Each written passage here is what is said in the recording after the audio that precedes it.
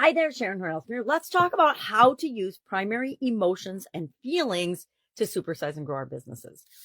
I was thinking about this today as I was chasing the dogs through the snow because they were not listening and coming when I called them. And so instead of letting them run off to the park or somewhere nearby that they don't belong and can get into mischief, I went outside and then freshly fallen snow and still dark and beautiful out and found them, got them, brought them home.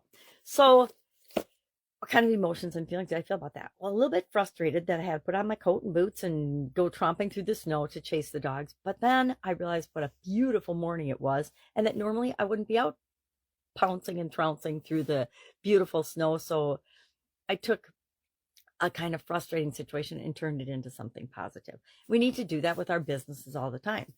But the whole discussion, the whole thought process of today's topic is that we are first and foremost, whether we're business owners and founders or employees or moms or dads or aunts and uncles, cousins and friends, we are first and foremost emotional and feeling beings, human beings. We feel things, we think things, but our thoughts come from the things that we feel, right? So what's kind of like the chicken and the egg? What came first, the feeling or the thought or the emotion? I contend that we actually feel the emotions and the feelings first, and then our brain starts thinking and trying to analyze and say, well, what does this mean to me?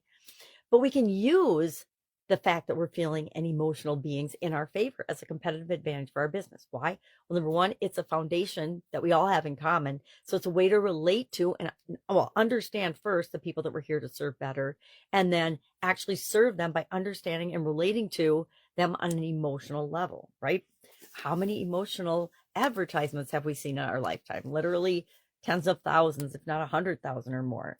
Our emotions and our feelings get us to take action. They get us motivated. They get us off our rears to do the things we know we need to do, but sometimes we'll procrastinate about because we feel strongly about something. They notify us when something is for us or not for us. If we're thinking about making a decision and it doesn't feel right to us, our intuition is all about our feelings and our emotional guidance system, right?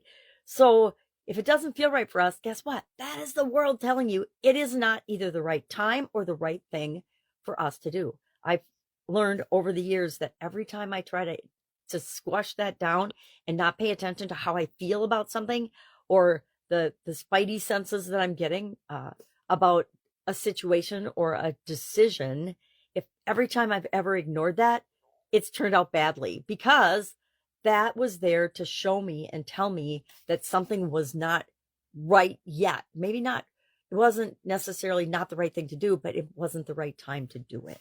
So we need to listen to that and give ourselves credit for knowing more and being more all-knowing than we actually think we are sometimes. It lets us know if we're on the right track or not. If I'm taking action and doing things and it feels good and I start to get momentum, that means I'm on the right track.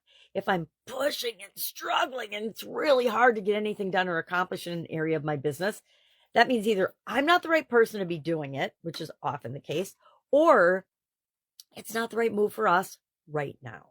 So today we're just going to pay attention to our primary emotions. What do they come up? What are they here to show us?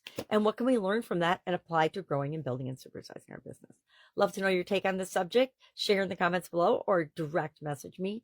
But go out and make it an awesome day, and I will, of course, be with you tomorrow.